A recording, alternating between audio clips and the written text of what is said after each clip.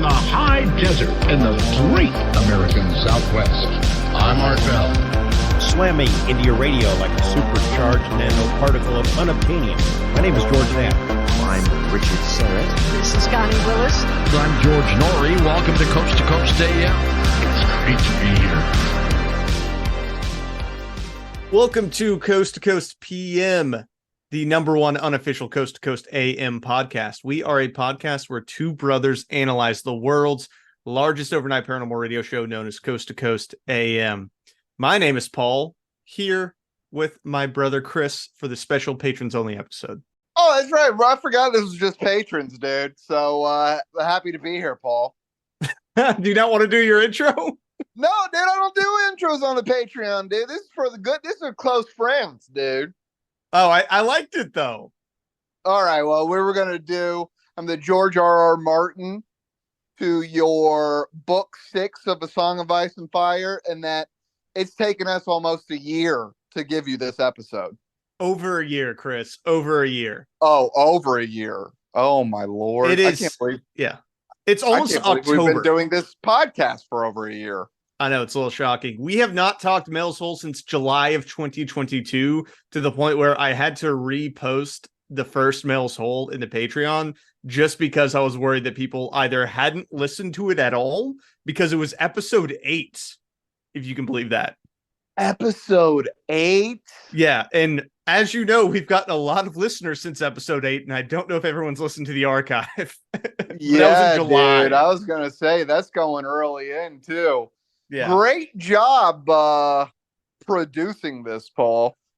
You know, that's what I'm here for, Chris. For just the reason why people have stayed with us for so long is because they've been waiting for Mel's Hole Part 2.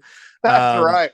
We're going to see a serious drop-off of the listener retention. Well, don't worry, because there are hours and hours of Mel's Hole, Chris. There's like 5 or 6 total hours of Mel. And this is only going to be part 2. This is going to be a 3-parter. So, you know, expect part 3 next year, probably. maybe December of 2025. Yeah, I was going to say in a decade, we'll give you part 3. No, I'm kidding. What I want to do, because we're getting into Spooktober, that starts next week. So I want to do part 3 in November, so there's not such a long delay. Right. Perfect. But that sounds awesome. We'll get there. But as always, thank you for being a Patreon subscriber. You keep the show running. We love you. We love you so much more than those peasants on the public feed. Absolutely, dude. Moochers. Straight up moochers, man. But, you know, these are the real OGs here hanging with us on Patreon. So, Chris, number 1 fans. Are you ready to get into Mel's Hole Part 2? I got to know what happens, dude. You've left me on a year-long cliffhanger. So, actually, I'm kind of curious. Do you want to do a recap of Part 1? Just like in maybe 2 or 3 sentences. Can you recap Part 1 for us if you remember at all?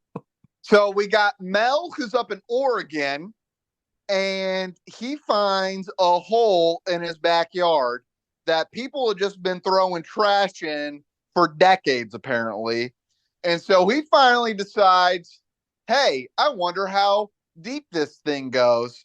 He has put in about like 100 miles of shark fishing rope.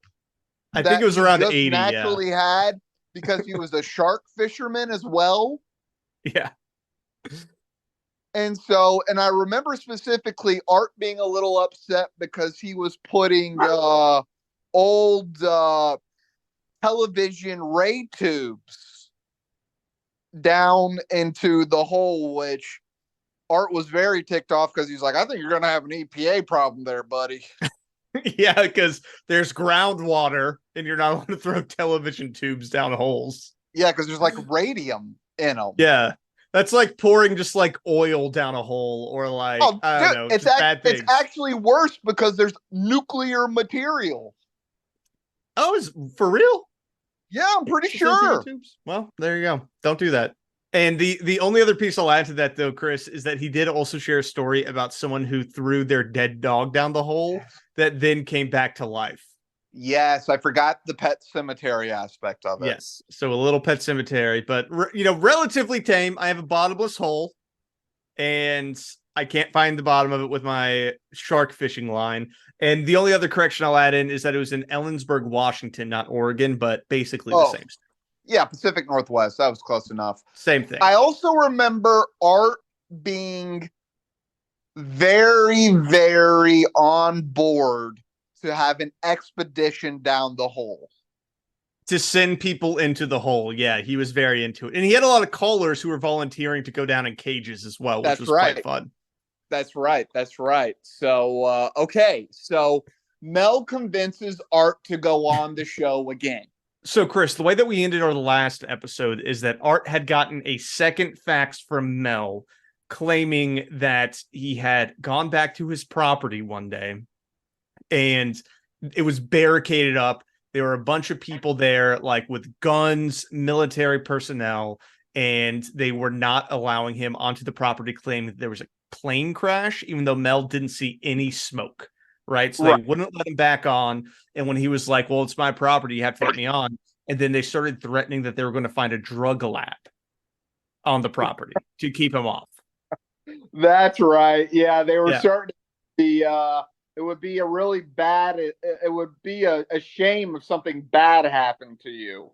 Yeah. So they were being real sketchy about it. And he got a little scared off. Right. Right. So let's jump into the interview with Mel. This is the second interview with Mel where the government has now taken over his property. Since what they had originally there was a barrier, not a barrier, but just armed soldiers, basically. Armed soldiers. Armed soldiers. Since then, they've erected some further down the road. I mean, you can't even, I mean, basically, there's the road, there's the access road, and then finally kind of meander into the property. Okay. They now have Jersey barriers at the road. What are those? Jersey barriers, those are, they're kind of like big chunks of concrete. Like the bomb barriers they have at the White House. Those kind of things. More or less. So you could squeeze maybe one vehicle through there, but it's definitely being controlled over there. Now this is your property, right? You've got the deed to this property. This is mine and the bank's. Well, you're in the bank. We're all in the same situation. Holy cow, dude! All right, so they're like setting up a military installation at Mel's house. Yeah, they've just taken it over entirely. Yeah, they eminent domained the bottomless pit. Yeah, and I think it's a little convoluted in terms of where he lives, because it doesn't seem he is living in that exact location. He seems to have a chunk of land that he's on. So I think they've taken over that chunk of land at least, which did have some different structures and what on it. What do you think the military would want to do with the bottomless hole, Paul? What wouldn't they want to do, Chris, with the bottomless hole? They want to find the reptilians potentially. But I mean, honestly, that is a good question because this is allegedly brought on by the interview that Mel did on Coast to Coast AM, right? That there's a direct line. He came on, he talked about the hole, even though the hole was known about for decades before he was even on the property, right? All of his neighbors knew about it. He comes on the air, talks about it, and then the military takes it over. So that means that someone was listening to Coast and said, yep, we need to take over this bottomless hole. No, what that tells me is that they must know something about bottomless holes. That had to have triggered some alarm somewhere, right? Because otherwise, like, why would they care? Well, we always have to go to the fact, Paul, that Mr. Mel could be telling some tales. You think he's telling tales? I mean, I don't know. It's just it is a little suspicious. It's a little suspicious that though, I mean, we have shown that the government does listen to Coast AM on occasion. Have we shown that? Well, with the Area 51 caller. Where they shut him down. Yeah. Yeah, but it is kind of funny though, because I think in terms of this lore, it would mean that they would have to know something about bottomless holes, because I don't know why this would trigger them like that. Well, of course the government knows about bottomless holes. This is paranormal. This is otherworldly. Yeah, that's true. They're the keepers of the esoteric. Well, and the other thing too, Chris. Giants at the Smithsonian. The other thing too is that when they threatened to say that there was a drug lab on the property, there is sort of a reason why they said that. Apparently, Mel was cooking up some supplements on the property. Cooking up supplements?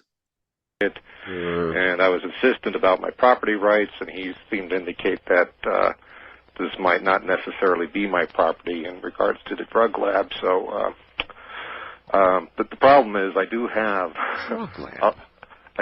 a sort of a lab on the property. But no, wait a minute. Yep. Ooh. You have a sort of lab? What kind of lab?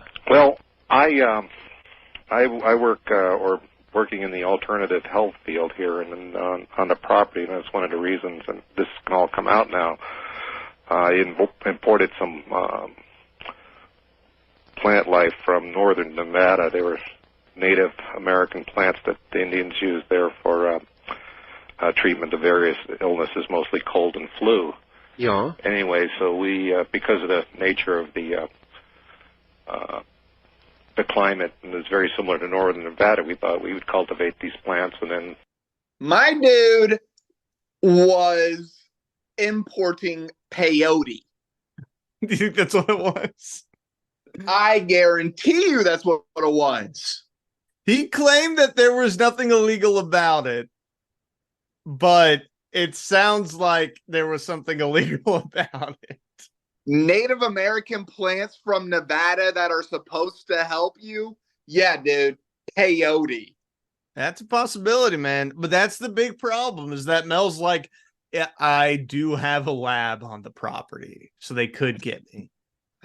I'm practicing alternative medicine, Art. Don't worry about it. My first thought was just weed, dude, but I guess you're right. Yeah. Like, Native American plants from Nevada, it's probably psychedelics.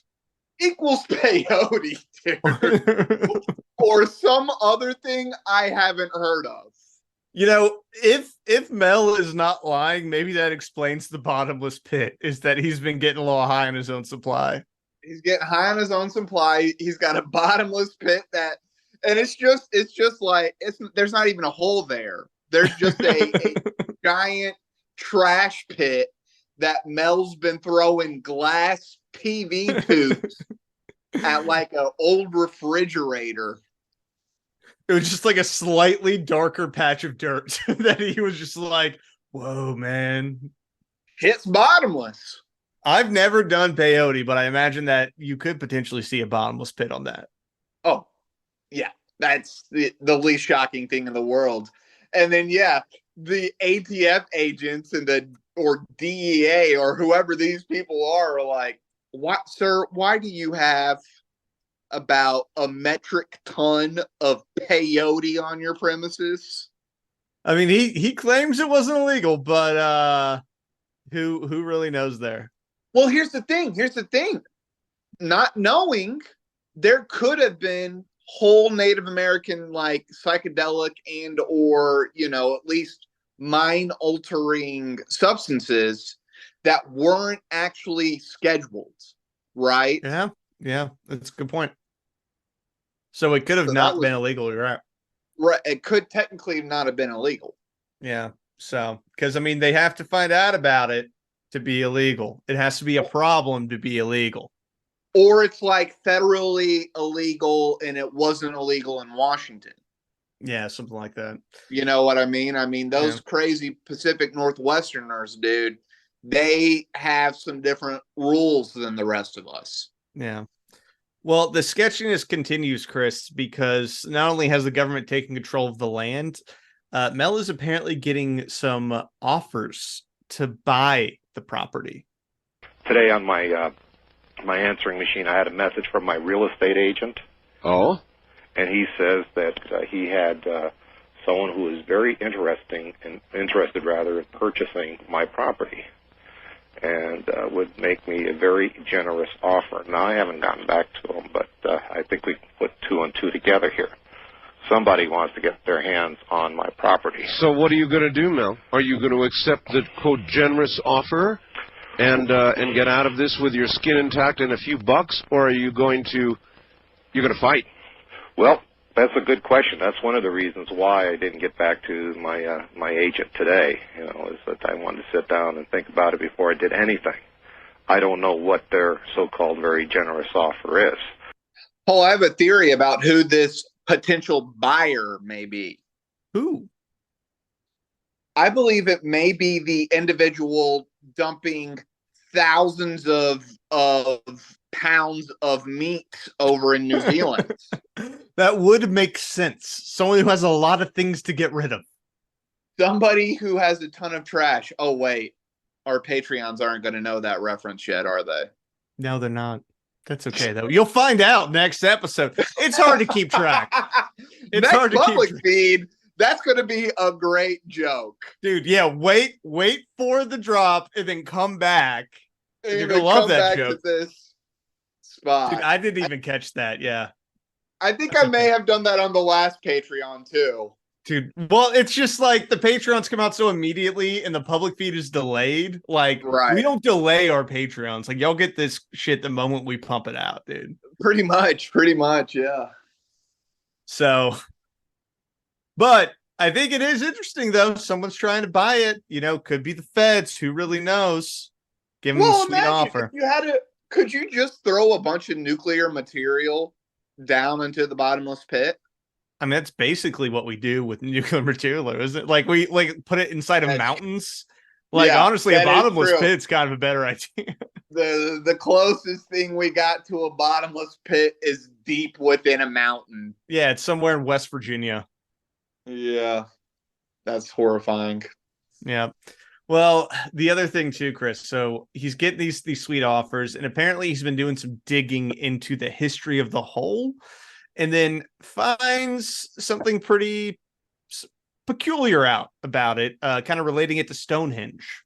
After finding out, the story about the black beam, the other day I thought I'd go out there and do some more research amongst my neighbors who, may have. That makes sense. You can't go on the property. Might as well talk to the neighbors. Yeah, sure. And so, you go out and buy them a cup of coffee and find out a few things here. Anyway, I had talked to one gentleman who's really quite elderly and has lived in the area for a long time, but he said that originally, and this is going way back, so this must go back about 40, 50, maybe longer, that there was a series of, around the hole, there was a series of stone columns. I said, stone columns? And stone columns? Yeah. And so I asked him, could he, I sketched out a little how the property looks there and see if he could place the stone columns on it. Yeah? So, he drew it on the napkin there, and I said, that's very interesting. Well, I had my power book with me, and I pulled up a picture of Stonehenge. Yeah. He says, that's exactly what the thing looked like. You're kidding. He said that they had these, pillars lined up, and just like that. He said it wasn't, it didn't have that thing on the top, they had some, things on top of the pillars of Stonehenge.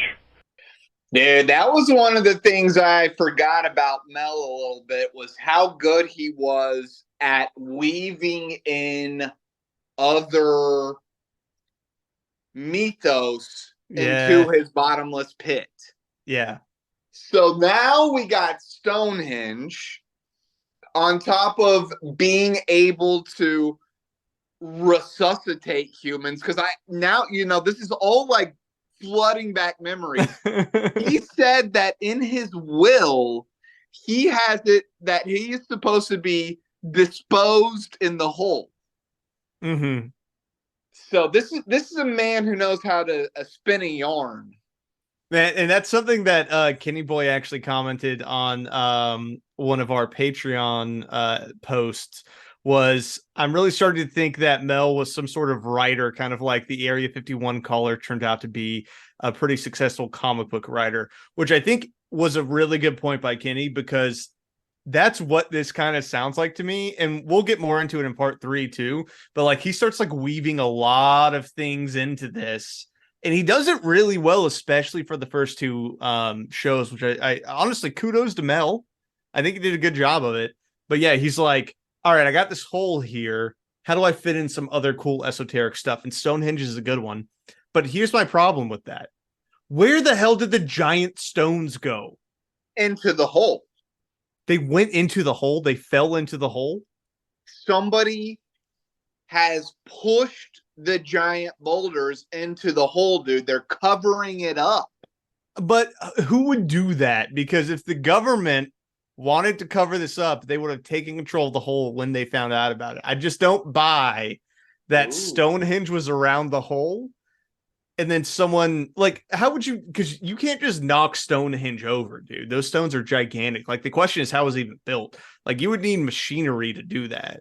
And anyone who had the means and the will to cover this up would have covered this up properly and not allowed Mel to own the property, I feel like. I also kind of find it a little hard to believe that an old white man in the Pacific Northwest at the time didn't know what Stonehenge was. Yeah, that's a good point too. Who doesn't know what Stonehenge is? He's like, it's one of the most so biggest things ever. Picture of Stonehenge, and I was like, did it look something like this? And he's like, my God, that's it.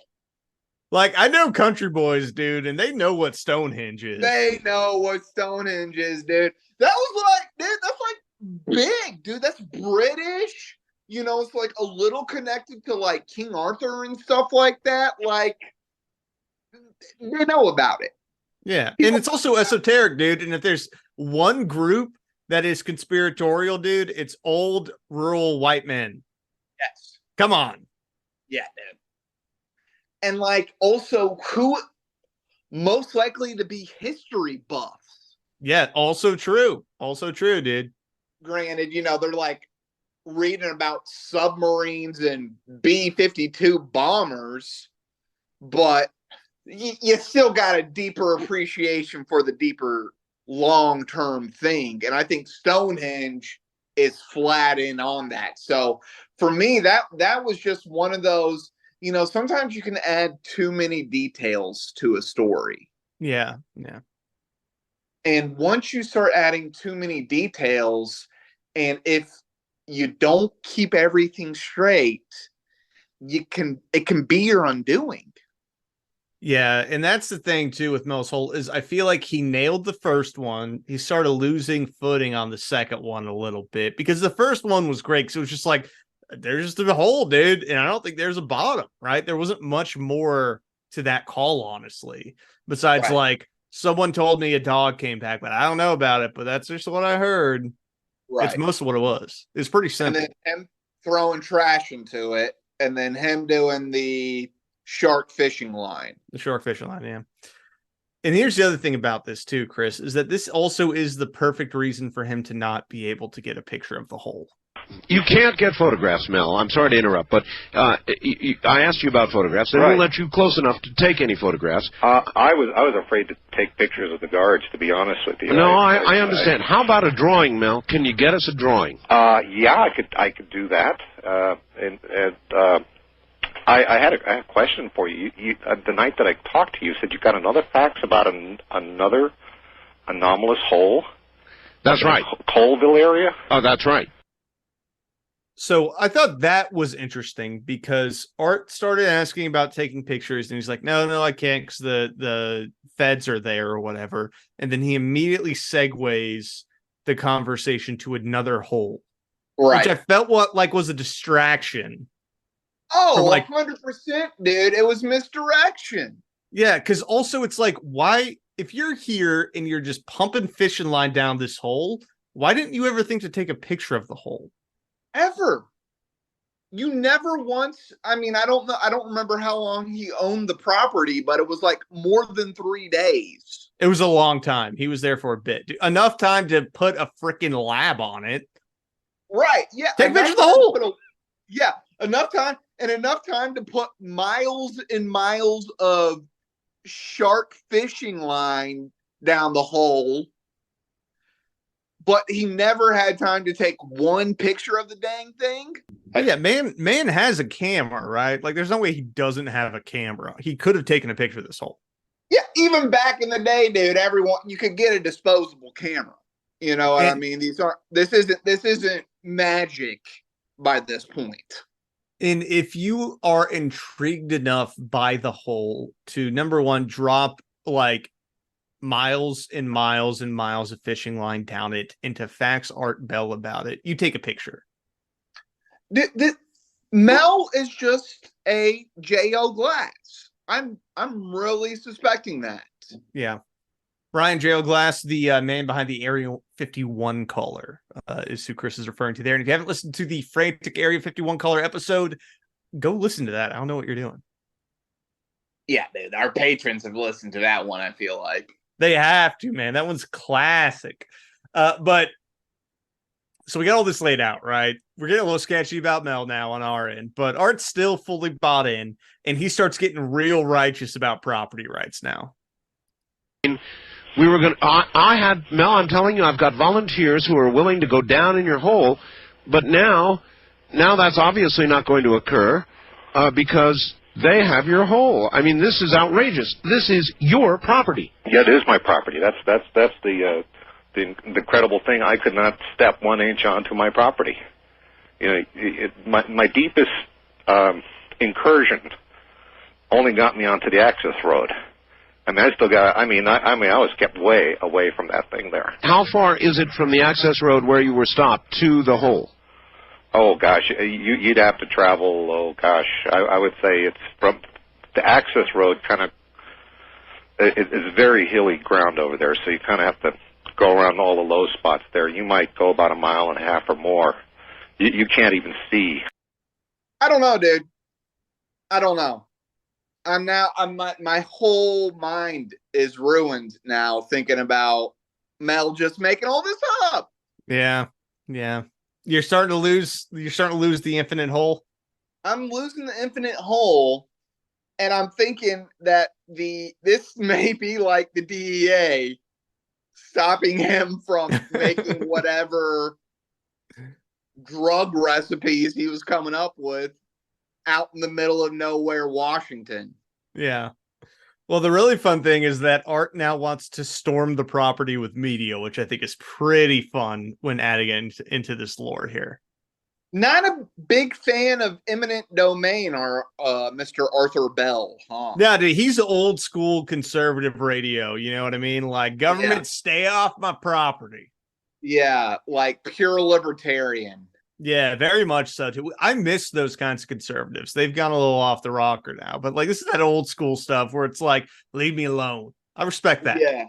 Yeah. Reason Magazine is about the only pure libertarians out there anymore. Yeah, but they can be a little corporate bootlickery for me. Yeah, that's true.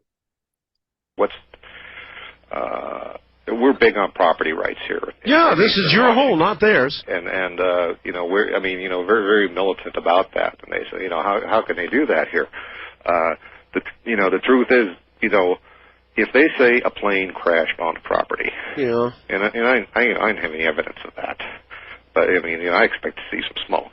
But if they're telling people this is an accident scene, we got to do an investigation, FAA and all that business there. And all right, did they tell you what kind of airplane, civilian, military, or what? No. All right. Well, are there any reports? I mean, after all, you can check on plane crashes, right? First of all, over here, if a kid throws a snowball at your car in the wintertime, it makes the newspaper. So there should have been big news if a plane went down there. You bet. We've had planes go down here before. We've had planes go down, on the other side of the mountains and makes newspaper here. That's a big deal here. All right, well, look.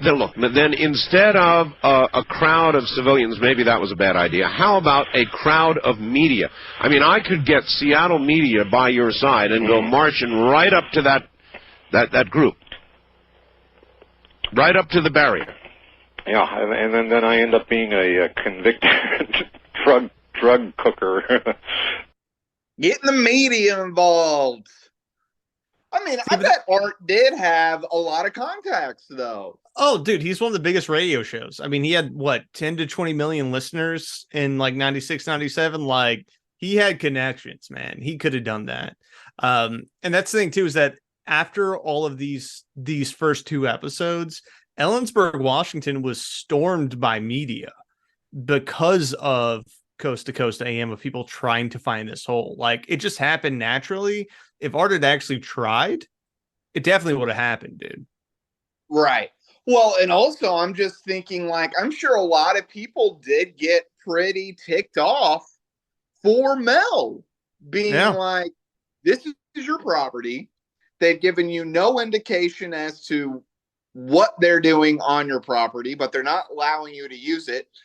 The people who listen to Art would very much care about that. And so I bet it kind of did set off a little like mini firestorm. Yeah, dude, we'll get to some calls in a second. Because like you got a lot of good old boys, dude, listening to Coast. Right. And they're not down with the government just taking your shit. Oh, dude, these. I'm sure the proportion of the libertarian populace that was listening to Art Bell in the 90s, that Venn diagram is like one circle. It's just one. There's no diagram. It's just one circle. Just who was there. Yeah. And that's the thing too, man, is apparently they just like have set up a full military base on the property too, complete with like generators and stuff. But what they saw is actually some mobile buildings being moved onto the property. Apparently, some generators. They're going to have no power or phone on the property. We use cell phone if we need to make a call, and we used to use solar out there too. Well, I feel in a way guilty, Mel, but your original facts got me going. Well, and there was no way not to follow up on that, and I guess once we aired that, it was too late. It was a done deal. Well, when I originally approached this thing here, what I wanted to do was to get some good ideas about the nature of this thing here. I guess I was pretty naive about it. All right, Mel, one thing I've got to ask you. Yeah.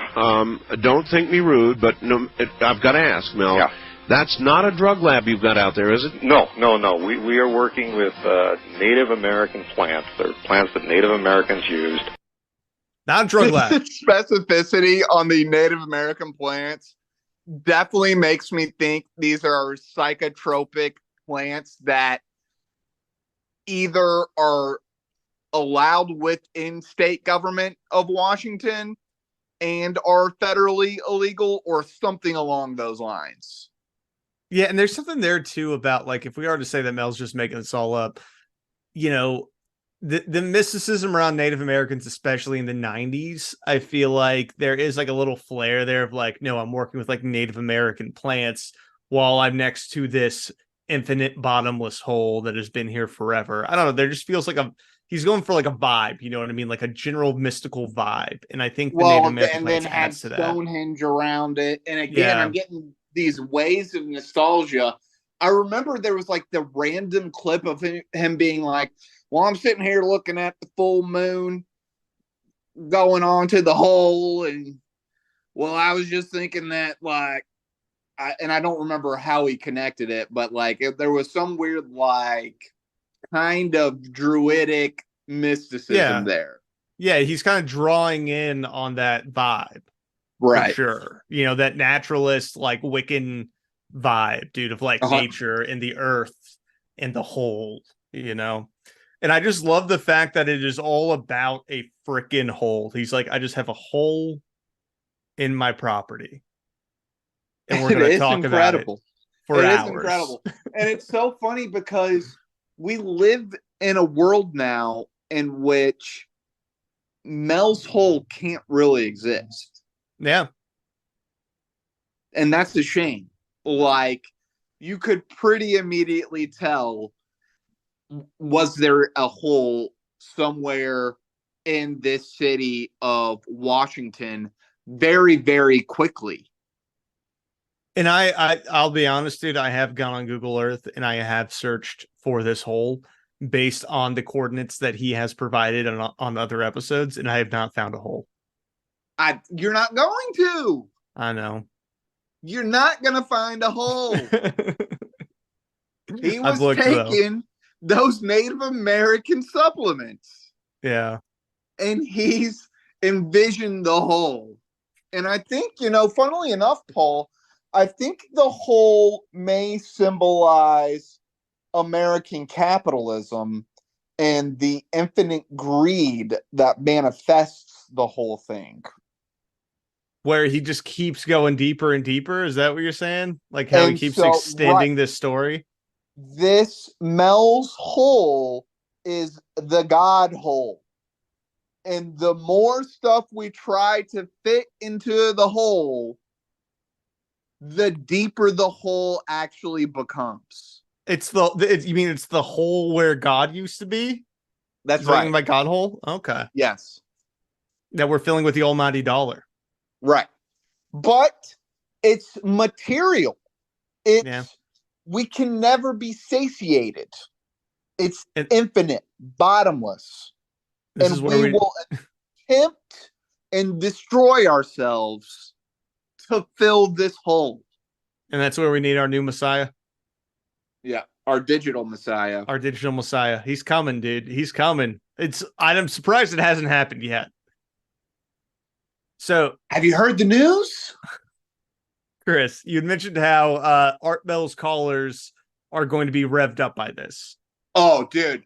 If I know my callers, they don't care anything about the hole anymore. This man, all he had to say was, feds ain't letting me use my property, dude. We're in the Ruby Ridge era. We're in the Waco era. I mean, dude, the right-wing fanatics are going to be like, this is my jam right here. We're talking eminent domain. Because wasn't it like Washington or Oregon where it was like the Bundys or something took over the like some BLM land, which is Bureau of Land Management land. It was just like a bunch of ranchers. I know that happened in Montana, I think. Was it Montana? Yeah. But anyways, like they were listening to Coast growing up. Mm-hmm. They were listening to Art Bell. Like good Americans. I guarantee that. All right, let's get to our caller. If you had a property, sir, and you're trying to get on it, and they had it all roped off, and they said, go away, we could find... I would come back with a gun. Well... And they haul in a bunch of then trailers. you know what you'd be? You'd be a dead martyr. You take a gun up to a military... No, I'd have the press with me, and, I mean, I would not go at this alone. Oh, I see. But they're not going to drag in a bunch of military trailers to examine a drug lab. Well, that's just not logical. I agree with you. I agree with you. So they're obviously after the secret of the hole. That's America, baby. I'm coming back with a gun. I'm coming back with a gun.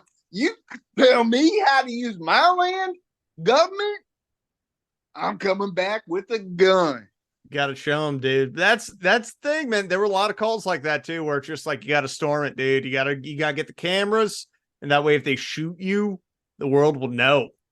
Yes, which dude. I mean, props, dude. I mean, it didn't work out great at Waco, but it didn't work at Waco. It didn't work at Ruby Ridge. It didn't.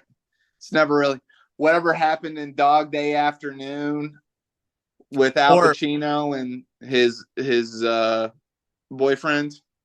Here's the thing, though. I think the argument could be made that it did work at Waco, though, and Ruby Ridge because the government stopped doing that shit. They started being much less aggressive in their tactics, which I think it didn't work at the scene, but it did change the course of action for the government moving forward. So, I mean, probably wouldn't have helped you at the time, but maybe the next hole that was found wouldn't have been shot at. Yeah, but I would also argue that now they're just like tricking people. They're like doing Truman Show for radicals. And I don't know if that's a better course of action for our FBI. You talking like Gretchen Whitmer? I'm talking like Gretchen Whitmer, where 15 Truman of Show the guys for are federal agents and 2 of the guys are just like Bubba from the block. Or like shoot, what is the right-wing militant group where the guy was the leader was a Fed? Was it Proud Boys? Proud Boys, yeah, like the Proud Boys guy was giving the feds information. Yeah. It's just like, dude, that's not it's like when you come up with the whole plan and get one like one doofus to go along with it, you're not doing a good job. When in doubt, dude, everyone's a Fed. We So, might be Feds. Don't trust us. Yeah, I'm not. I don't think it is. I mean, yeah, they didn't kill a bunch of children. Good. Thanks, FBI, for not doing that. Thanks, ATF, for not killing a bunch of kids. Good work. But, like, I don't think things have improved a whole markedly. I think they have, but that's also like outside the discussion today, honestly. True. But there are some taking this man's whole, Paul. There are some Art Bell episodes that we could get more deep into that discussion, but like you said, Chris, they're taking us home. They're taking us home. But here's the thing, dude. There are some callers who don't buy what Mel's putting down, so I think they're important to show too. Let's get that. I need to hear this. I've got a couple of faxes here that are not kind, Mel. They say this man is lying. His voice is shaking so much. He's stuttering. He's searching for words. He's in a bind because you're paying attention to his fable, made-up story, they're saying. And you have to come up with something that would keep you from finding out about his lie. So here's another one that says, Mel's hoax. Aren't you fallen for another one? Well, I am a little naive, and I like stories like yours, Mel, and so I do tend to go for them. Do you swear that this is absolutely the truth? Well, look, I would have rather not have talked or called or faxed or anything in regards to this subject at all. Yeah, the people need to understand. You faxed me, but I'm the one who called you. I would have preferred, to be honest with you, to be there tomorrow morning, letting a little more line down into the hole, and just going along my merry way. And then getting you on the air stopped all that, and plus put the idiots there that are there. You don't ever really hear too much pushback from the audience, I feel like. Yeah. Or at least you're not playing it. I really only go off of what you've played, but I feel like in our long run, you have rarely played any pushback on the guest. Yeah, but on this one, there was a lot more pushback that came into play. Right. And I think that just goes to the fact that he's making the fish a little too big at this point. Right. But you're right. Like, there is, like, when you're listening to Coast, either past or present, there is not much pushback at all. Most people are in on it, or they're building on it, or they're disagreeing by having their own pet conspiracy that they prefer. Right. Yeah, it's like, no. It's not the tall grays. It's the mantis people. Yeah, exactly. Or like, it could be the tall grays, but the mantis ones are really behind it. Yeah. They're the puppet masters. Yeah. So, I mean, overall, if you think about it, the Coast audience is really kind. Oh yeah. Which is nice. And this is, I think, the thing I love so much about this whole world is that it is, in a weird way, strangely open-minded. Mm-hmm. And you can get into some realms, right? Of course, as if anything, right? It's the same with politics. I can talk to the vast majority of Americans about American politics. There's about 5 to 10% on either side that it's like, I don't even want to discuss like culture with you. Like, I don't want to talk about movies and television with you because you're an insane person, right? But 70, 80% of America, I could talk to politics about, right? We may have disagreements. We may see things a little bit differently, but for the most part, we're not going to get angry at each other. Yeah. And that's, I think, one of the cool things about this world, especially at the time that art was giving these people to all come together who probably all were from very disparate parts of the community, right? I would love to see like the richest person that listened to art and the poorest person that listened to art. You know what I mean? And like, I bet art spanned race. And I bet Art spanned, we know for a fact he was coast to coast, literally. Yeah. So all types of people, we don't really have that anymore. We don't have a space for the 70% of us. Yeah, no, I think that's true. So anyways, all that to say, I'm going to say Mel doesn't have a hole, sadly. I think if the feds did come to his property, it was because he may have had some hallucinogenic or psychotropic drugs he wasn't supposed to have. Yeah, no, I think that's very true. And I think you're right. Like, I think Art Bell was, a space where everyone came together. He was like the DMV of radio, where it's like, no matter who you are, you have to go to the DMV. You know what I mean? Like, you get a lot of different, you get a slice of humanity, at least in America there. But this is one where I think the audience is starting to lose Mel a little bit, like they didn't on the first time. Because he is making the fish a little too big, dude. And I think that's where he faltered. But we will get even more into it because, Chris, after this is just part 2. On part 3, he's going to find another hole. There are interdimensional coins that are involved. There are kidnappings involved. There is a journey to Australia, a return back to America. He gets teeth stolen. It gets real weird, dude. Mel's on one. Mel is on one. And I think he is. I think he is a storyteller. And I think he probably was bored. Yeah. And this was just a fun way to spend a few weeks or months, however long he ran on Coast to Coast. It was a couple of years. He calls back a couple of years later. Wow. Yeah. Oh, wow. So he was not quite a J.C. Webster, but a little bit. Yeah, he shows up again a couple of years later, but we will definitely get to it. But that will be the end of this patrons only episode. We hope you enjoyed the return to Mel's Hole. We'll make sure that part 3 does not take quite as long as part 2 did.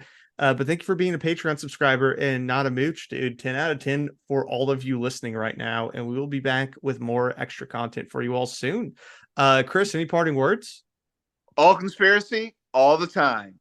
Later.